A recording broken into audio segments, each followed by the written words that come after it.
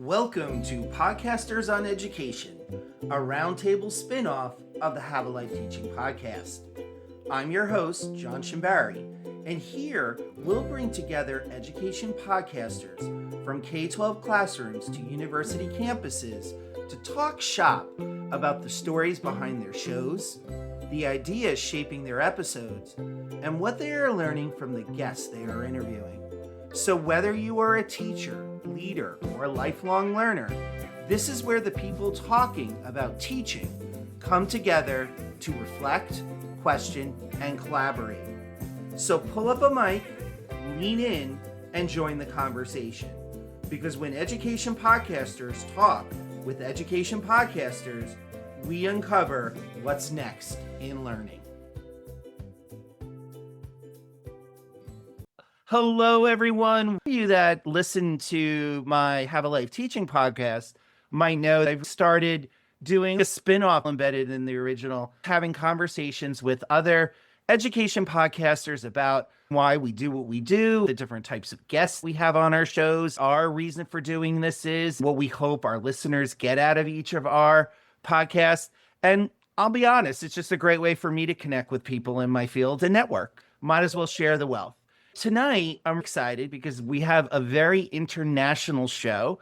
We have Vicki Davis, podcaster of the 10-Minute Teacher podcast. She also now has her own Teacher Talk TV show called Cool Cat Teacher Talk. So she'll be talking more about the work she's doing on those projects. We're also joined by Alice Viggers from Australia, talking about her podcast, Teacher Takeaway, and Matthew Green from Australia, talking about his podcast, Art of Teaching. Thank you so much for joining us today. Vicki is from Georgia, and I am in New Jersey, so a very diverse panel. Excited about what this conversation brings forth. So as I told my guests before the show started, they've each selected a number from 1 to 10, and I randomly had AI produce 10 questions about podcasting. Depending on their number, that's what we're going to talk about. And it's okay if they have duplicates, because everyone's going to come at an answer in a slightly different way. In fact, that might make the conversation richer. My guests, please feel free after one of you does their take on something to add, because that's what's going to get our conversation going. So is everyone ready? Ready. All right, great. So who wants to go first? Crickets, which is unusual given that we're all podcasters here. All right. I'm learn about Matt and Alice. I'll take one for the team. I'll go first. All right, Matt. So you are up first. So tell me, what is your number of preference? 7. Okay. How do you ensure diversity of voices and perspectives on your show? Geographically, culturally, or ideologically? That is a great question. I think in education, we can become quite siloed. I work for a large organization, the Department of Education in New South Wales, and really proud to be a part of that. But sometimes we don't talk to people outside of our little bubbles. I know that's the same with the independent sectors and internationally. So I want to get that variety of voices, because I know that we all, as people listening to this, you may be able to hear my accent. I know we all have accents. We just don't think we have accents. And so I want to hear from teachers doing interesting things and trying new things across the world. And I find it fascinating to hear a range of perspectives, because there are so many things that I could be wrong about. I just don't know about it. And so getting people to have conversations around best practice and around what they're doing, I think is really important. As I said before we hit record, I'm really interested in getting a mixture of academics and also people that are in the classroom, because I have sat through so many professional development courses and gone, this is great, but what does it mean for me tomorrow in front of a kindergarten class, or when I'm trying to map syllabus outcomes with my team? So I'm trying to get a range of perspectives from people, not only within the organization that I work for, but also people outside of the organization. And it's amazing. Like, the teaching profession is so generous, and everyone that I've approached, regardless of their differences in practice and the ways that they do things, are united with this common drive to make a difference. It doesn't matter who I speak to across the world, whether they've been teaching one term or 30 years, there's this deep desire to help and support kids. So I think diversity of perspectives is really important because it not only challenges me to do things differently, but it also reminds us that we are here for the same thing, which is to make a difference in the lives of young people. So that was a very broadly answered question. So hopefully there's something in there that makes sense. It does. I was just going to ask you a follow-up, Matt. Which of your episodes was perhaps the most unique that people wouldn't think you would have that on a K-12 podcast?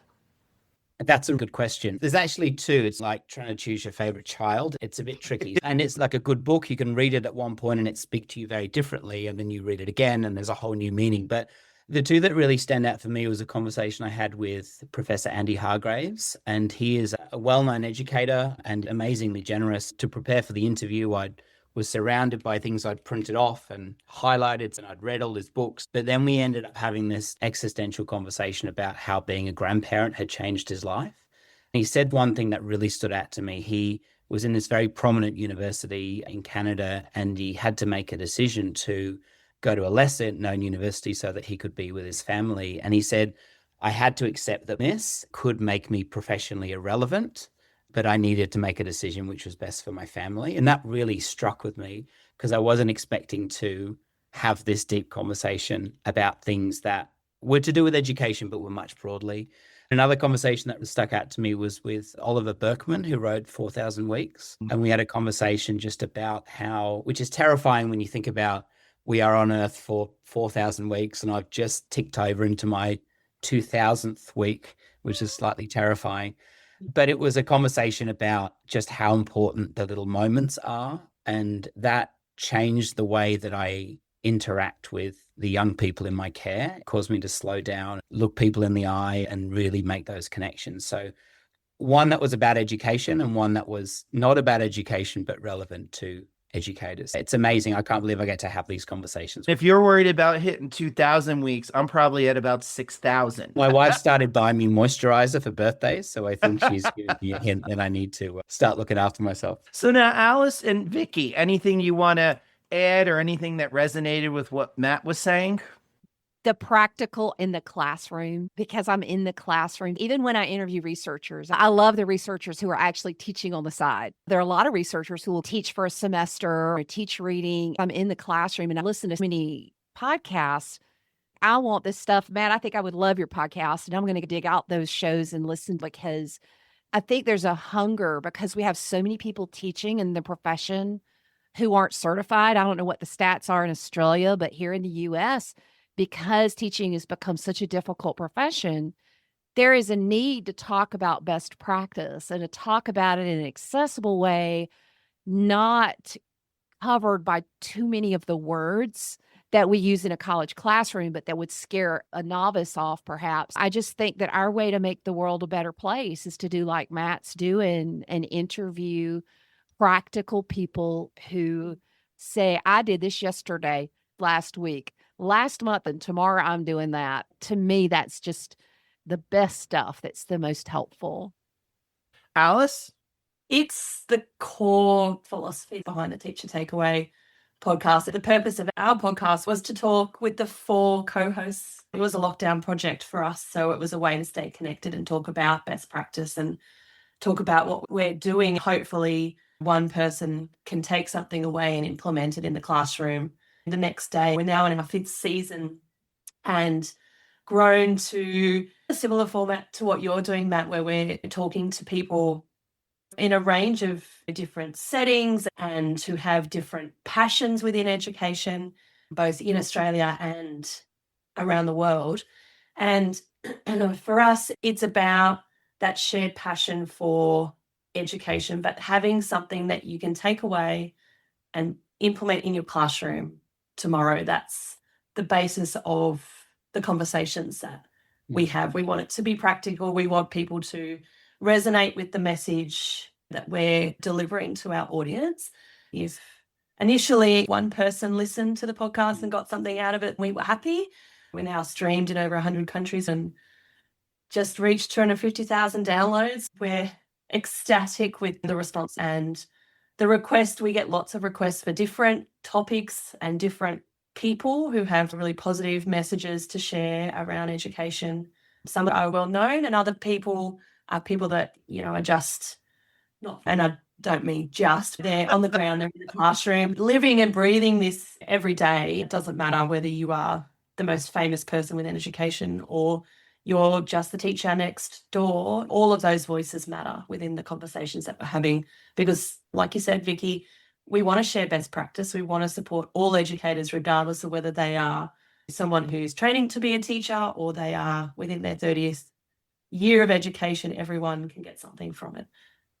I love that. A lot resonated with what all of you said. What resonated with me, what Matt was saying, you never know when you're going to end up actually having an existential conversation with someone. We think we're talking about K-12 education, but you never 100% know where that conversation's going to go. Some of the more powerful episodes for me have gone into that existential territory.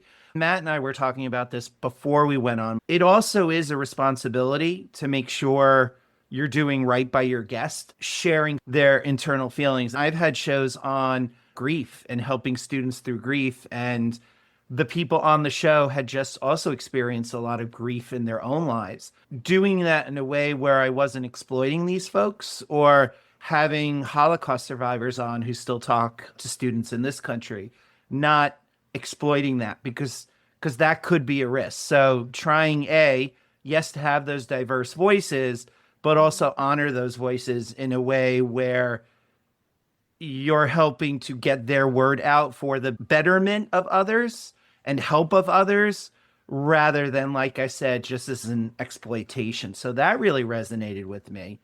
And also, Atlas, you never know where your impact's going to be. Who knew a COVID project would result in how many downloads again? 250,000. Oh, that's 250,000 new friends. That's how I choose to look at it. We've got one in Antarctica. I really want to meet that person. Maybe they're at the science lab. Reach out, please. I really want to meet you. You would think there aren't a lot of people in Antarctica. Maybe it's a penguin. I'm interested in the stories behind teachers. Yes. I can Google Alice and find out the great things she's doing with the school and the books she's read, and that's important. But why do you get up every day and commit everything to these young people? Alice could be doing anything else. We could all be doing jobs that earn more money and have more prestige, yet we choose every day to go into a school and make a difference in young people. I'm interested in why. What are some of the motivations behind? What's your background? What was your experience like at school? What was the teacher that made a difference? And I think the things you can't Google are really interesting to me from a human motivation point of view. Why do we do it? There's this common thread through all educators to make a difference in young people's lives. It sounds like such a standardized response, but that's truly the thing that motivates people. And the amount of people that I've had conversations with that are doing phenomenal things in school, but decided to go back to school because their experience wasn't great when they're a young person. I find that interesting. If you hated school, why go back? But it's because they don't want any other kid to have that experience. And I think people are fascinating. Motivations are amazing. That broader question of what are some of the things I can't Google about you? And for me, something like magic happens around 20 minutes of an interview. You get to the good stuff. One of the reasons I do what I do is equity. I can't speak for Australia. I think our countries have similarities, but obviously they have differences. I do a lot of work as a consultant in inner city schools. If we truly want to become an equitable society, everyone needs a quality education. Just look at this country and the income gap, it's growing. Academic readiness gap, it's growing. We're not closing the gap. Our gaps are increasing. That's one reason I do what I do, because I want to live in a country where everyone has equal access to opportunity. And that's not 100% the case. Could it be worse? Sure. Could we be in a worse situation? Yeah. But the United States is the richest country, and yet we have these differentials which don't make sense. That's why I do what I do. Vicky, Alice, why do you do what you do? I think we're very similar, Matt and I, in terms of looking at what sits behind people, what makes them choose education, particularly like hearing the stories. And that's the first question we always ask on our podcast. Why education? How did you get to this point in your life? And I love hearing the stories of people who either education wasn't their first choice, or people who had a similar journey to me where they've had a not so great experience with education. It's like, I don't want any other child to feel the way that this teacher made me feel, so I'm going to be the person to change it. I think it gives other people listening, and particularly people who perhaps are wondering what they want to do with their life or are going through the journey of becoming a teacher, to go, you know what, I connect with. That's a similar journey. It humanizes the experience around, I'm not the only person who's experienced this. Other people have gone through a similar thing. And it makes people go, oh, I'm not the only one. It creates that connection point. And it's fascinating to hear the why and the moral purpose behind why people do what they do. I remember what resonated with me, what you said before. And that was that you have that mix of guests on, both the known voices and new voices. It's good to have someone who isn't a noted expert. If we're trying to help folks teach kindergarten or fifth grade, having someone a little bit ahead, but not so far, actually might serve as a more relevant role model.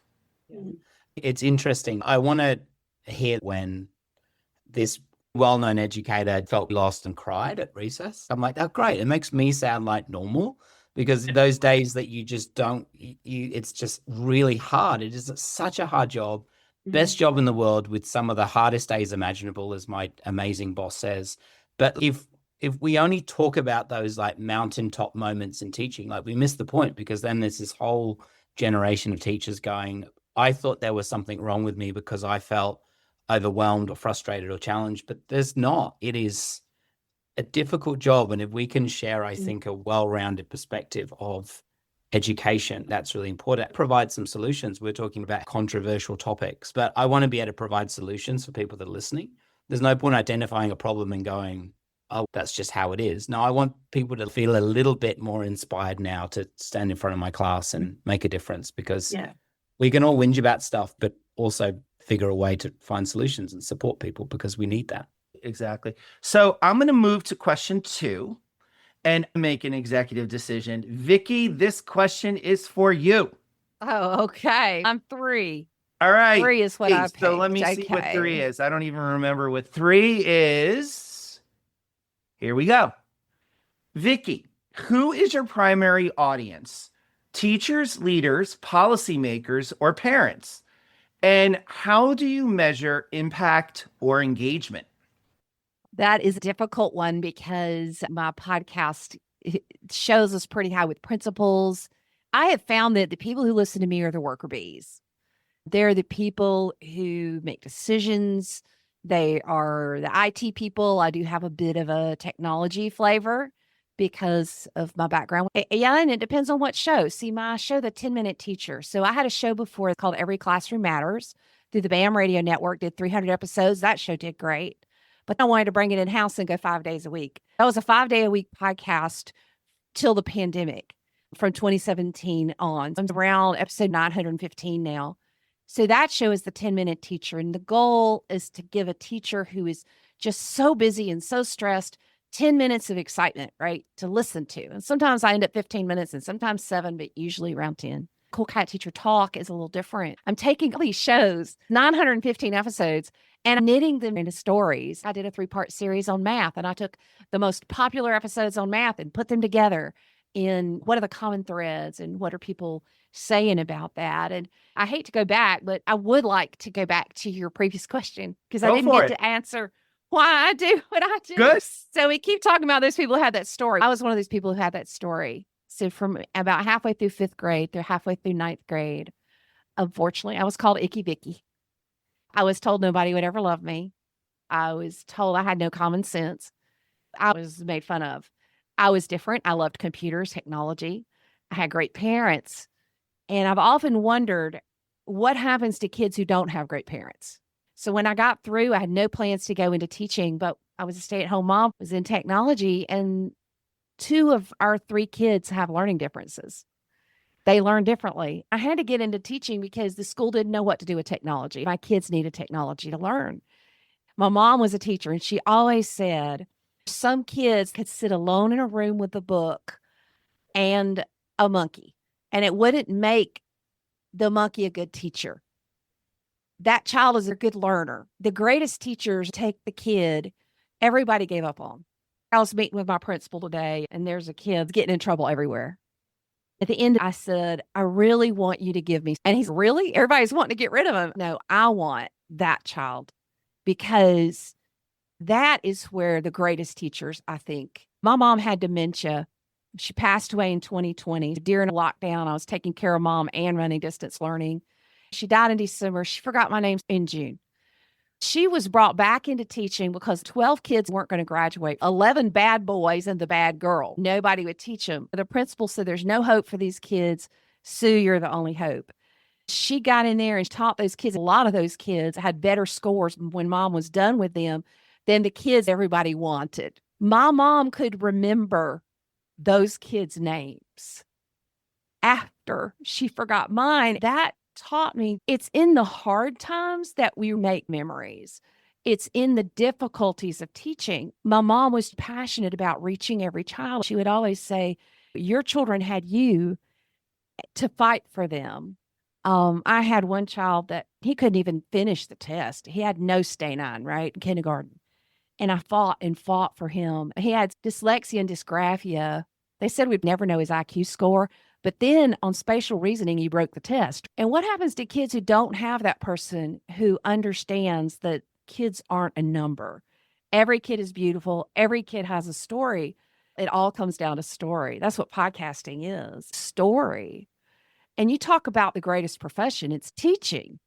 Because here in the U.S., it's 4% of the professions who create 100% of the other professions. I feel like we have such an important job. And when people started reading my blog, it was like, I'm not that interesting. I don't want it to just be about me. So if I get a spotlight, I want to grab a mirror and shine it on everybody else. So the predominant heavy part of what I do is classroom teachers and people who love teaching. I'm excited to learn all your stories because in what all of you are saying is the heart of what I think all of us are doing, which is we want to leave the world a better place. We have common issues around the world with our kids. And we all took a back seat when social media happened. And we just let it happen. Where has that taken us? It's taken us to the loneliest, most anxious generation that's so depressed. Are we going to sit here and not understand the impact of a tool that tells them what they want to hear, what not they need, what they don't need to hear? Are we just going to sit here and be quiet? I'm not going to be in podcasting long. Y'all might be. We got to tell the truth. I feel like it's part of my little time in history with all the other people who were speaking things that are true. Recently, I was telling this to Matt before we went live. Sometimes you don't know what that difference is or who you're impacting. And I went to a conference and I was talking to someone and someone overheard me talking to that person about coming on the podcast.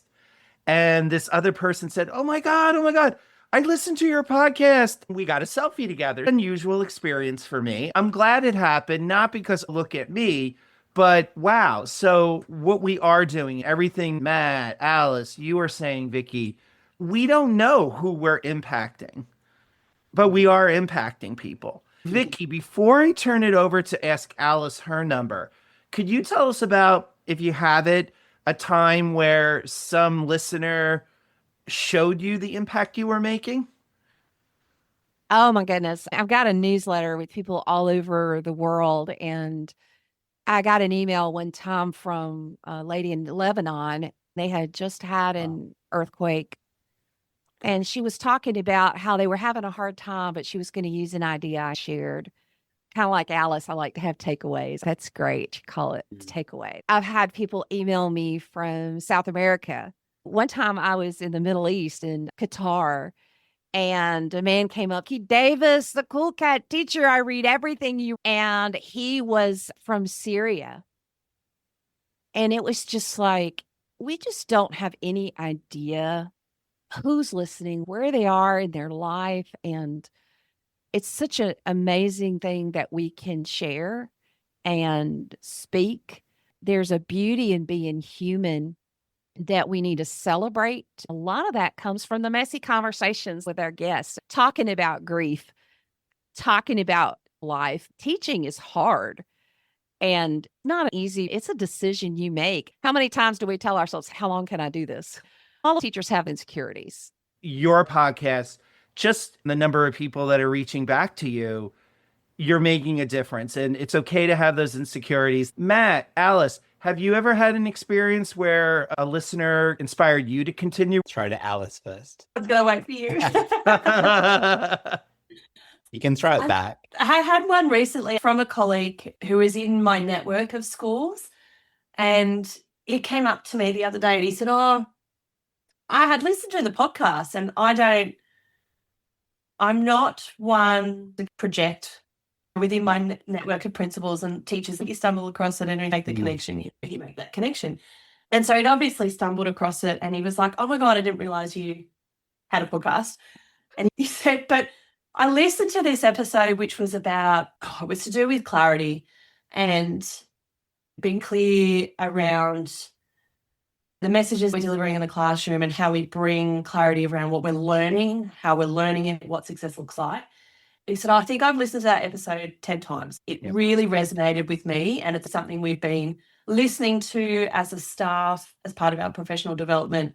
And it was just kind of, oh, that's actually really lovely. Like it was just that really nice, humbling moment to go, I didn't force it on other people. They came to it organically. This particular episode really resonated with him and his staff and made an impact for the way that they do things in their school and classroom. It was like, oh, it was a really nice moment to go, I had a small hand in that and the difference that might make for their students. Matt, how about you?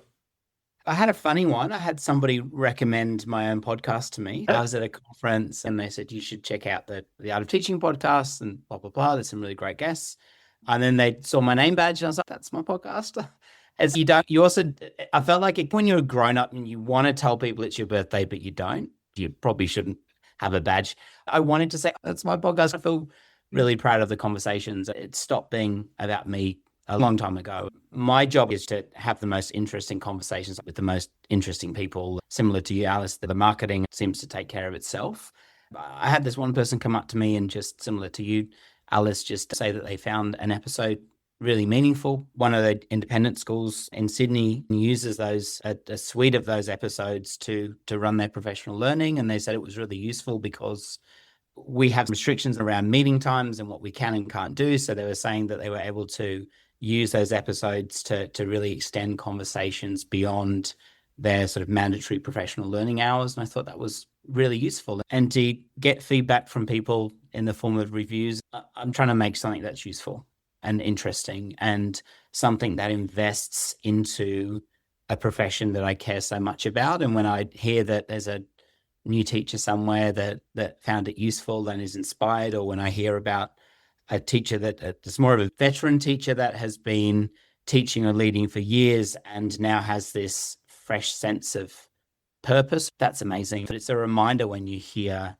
and read reviews on iTunes or have conversations with people and they say, "This really helped me get through a challenging period in my teaching," or "This really inspired me to go back again." I think that's lovely. I was inspired to go for a leadership position because of a conversation I heard on your show. That's the best kind of feedback for me. I love that stuff. And it's amazing that, like we were saying before we hit record, John, that we can have a conversation and that be broadcast without any extra effort to an infinite number of people. Like I find that incredible that we can have a chat for an hour or so, and then that can be reproduced hundreds of thousands of times. It's the most efficient way to get great conversations out at scale across the world. And indeed.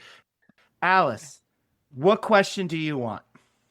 Let's go with Number 5. How do you balance practical classroom tips with broader discussions about policy, research, or systems level change? Whoa, good question. I think in the conversations that we have with our guests, it's around trying to find that balance and doing that through questioning, looking for those through lines. Okay, we might be talking, if we're talking to academics, making sure it's not hitting into the political space or too much academia. So through the conversation, finding ways to bring it back to the heart of why. So, Alice, you were saying you try not to make the topics too highbrow. You want to have a middle of the road approach so it's accessible. Is that what you were saying? Yeah, we try and keep students at the heart of what we're talking about and keeping best practice at the core of the conversations, that we're not dipping too far into the political space. I work for the same employer that Matt does, and we have a really valuable platform, but we also have a responsibility to keep things neutral, making sure our listeners are not going, oh my God, that episode was just all academia and I'm tuning out, or I don't want to listen anymore because I don't have a takeaway I can take straight into the classroom. So if we're having guests in the academia space or haven't been in the classroom for a while, the conversations prior to recording are around, our podcast is all about having a student focus and a focus on best practice. And we need to make sure that we're keeping the conversation in that space. And if it drifts, the questions we ask and the way we talk to our guests bring it back to that. I love that. Vicky, how about you? How do you strike that balance? I can't get political because I'll lose my job. So there's that. But I work hard to stay apolitical and focus on things that unify us, because there's so many truths in the classroom that go across everybody's experience. So I try to focus on those, but also a diversity of viewpoints and perspectives. And then wear multiple hats. So when we're talking about a topic, how do parents see this? How do kids see this? How do teachers see this? Vicky, you talking about looking at an issue from multiple perspectives of different stakeholders. I could do more of that even in my own podcasting. Thank you for that tip. Matt, how about you? I think so much of what Alice and Vicky said I can relate to. It just has to be useful. An investment into our profession. It then comes full circle around what we were saying before about teachers' heart and motivation. I've never met a teacher intentionally negligent and hates kids. They wouldn't be in the classroom anymore. Regardless of your approach and practice, there is good there and something to work on. And so for me, I think bringing people around those core issues, we're all here to make a difference in the lives of kids, or we should be. And I think having conversations around those big issues is really important, because in many ways, we all want to get the same thing. We all want to have the same outcome. We all want our kids to leave the time that they've had in our care being better humans and better people. And sometimes the debate, I think, how to get there can get complicated. We all want the same things, regardless of where we're from, what we look like, what background we are. I think there's that common good and that shared understanding that we want to make a difference. Like, we're in the business of making a difference in the lives of little people. Everyone I've spoken to on the podcast, no one has ever talked about content. Like, no one has ever said, I'm so grateful for Mrs. Viggers because she taught me how to read 2D shapes and label a parallelogram and all that kind of stuff. No one's ever said that. They've always talked about how their teacher made them feel. And it's that Brene Brown quote, people will remember how you made them feel. They'll forget what you taught them. I think being united around that common core is really important, because we're not really in the business of content, even though we need to be expert practitioners. We're in the business of connecting with people and making a difference. Sometimes our approach is different, but we all want the same thing. Could each of you tell us where people can find you, your podcast, and any other work you want to pitch? Let's start with Alice. You can find the Teacher Takeaway podcast on Spotify, Apple Podcasts, wherever you get podcasts from. Oh, what else do we pitch? I guess I'm just going to do a little plug for the books. Please tell us about the Amazing. books. Because I'm not great with the thing, but I have 2 books as well. I have been on John's podcast twice for the books. I've got the Thinking Classroom as well as the Learning Classroom, which I know can be bought in lots of stores around the world. I have 3 books on my desk, Alice. 2 of them are those books and useful. I encourage anyone to get a copy. And you, Matt, since you're up, where can people find you and your podcast? Just like Alice, pretty much everywhere. If you Google the Art of Teaching podcast, it will come up. There is actually another podcast called The Art of Teaching, but it's more about leadership and a church podcast. It's a really good podcast, but mine's the blue one. If you Google the Art of Teaching podcast or head to theartofteaching.org, all the information that you need will be on there, but pretty much wherever you can get podcasts. I don't have any books yet, unfortunately. Alice is the author, but maybe one day. We're working on it, Matt. Yeah, I'm a bit nervous about that one. If things are digital, I can delete them if I don't like them. I don't like the idea of having something. Anyway, we'll get there. You'll get me there, Alex. Yes, we will. And Vicky, how about you? I'm Cool Cat Teacher everywhere on all social media, catteacher.com, and you can find information on the 10-Minute Teacher podcast or Cool Cat Teacher Talk. I have 2 books. They're a little older ones, Flattening Classrooms, Engaging Minds. I've done a lot with global collaborative projects, more than 30 of those. And then I have another book, Reinventing Writing. Both of those are a little older. And then I have some in another genre, and then mine that it will be coming out hopefully in January. So, folks, thank you so much for your time. And I know that our listeners are going to find what we talked about useful. So thank you so much. Thanks, John. Thank you. Lovely to meet you all. Thank you so much. Thanks for joining us for this episode of Podcasters on Education, the roundtable where education podcasters talk with education podcasters.